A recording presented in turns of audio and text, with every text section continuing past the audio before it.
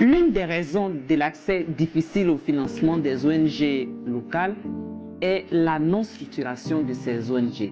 Aujourd'hui, nous avons décidé de parler de comment structurer son ONG. Bienvenue à Dunia, le podcast des humanitaires d'Afrique subsaharienne.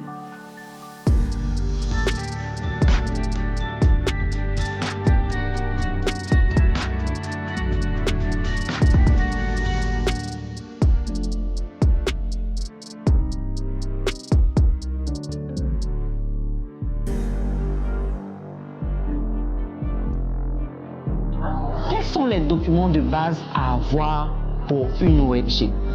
Pour créer votre ONG, vous avez élaboré des statuts. Donc les statuts et les règlements intérieurs sont les documents de base d'une ONG.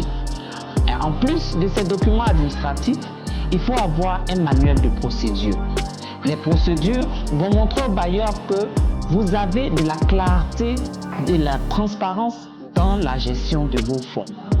En plus de ce manuel, il faut avoir un plan stratégique. Ce plan peut être triennal ou quinquennal. Et ce plan va dérouler les axes d'intervention de votre organisation. Pour les organisations qui sont déjà en route depuis quelque temps, il est bien d'avoir les rapports annuels qui sont disponibles. Parce que ces rapports annuels parleront pour vous et montreront vos capacités à gérer des projets. Dites-nous, vous qui êtes déjà dans des ONG, quelle est la plus grande difficulté pour vous pour la structuration? Mettez en commentaire votre expérience.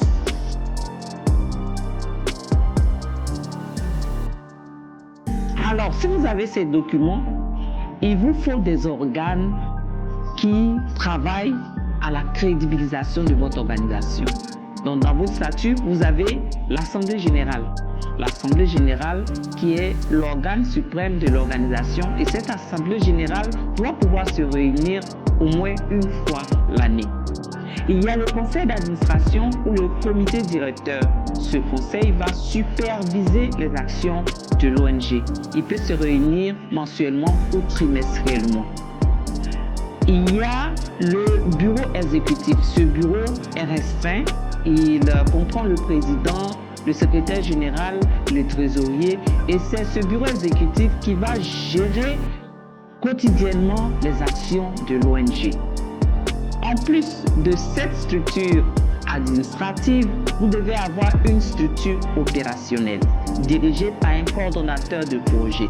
Et cette structure opérationnelle est celle-là qui va pouvoir mettre en œuvre les projets de l'organisation. Pour bien faire les choses, tous les membres de ces organes doivent être formés pour non seulement connaître les responsabilités de chacun, mais surtout pour que la machine soit mieux huilée pour la définition de la stratégie de l'ONG, mais aussi pour la mise en œuvre des programmes.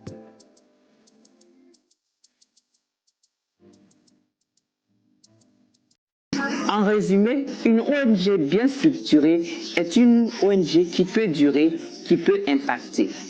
Alors, contactez-nous pour avoir plus d'informations, mais surtout pour vous accompagner dans la structuration de votre ONG. Continuez de nous suivre sur Dunia et sur tous nos réseaux. Aimez, partagez, commentez et à très bientôt pour un nouveau numéro de Dunia.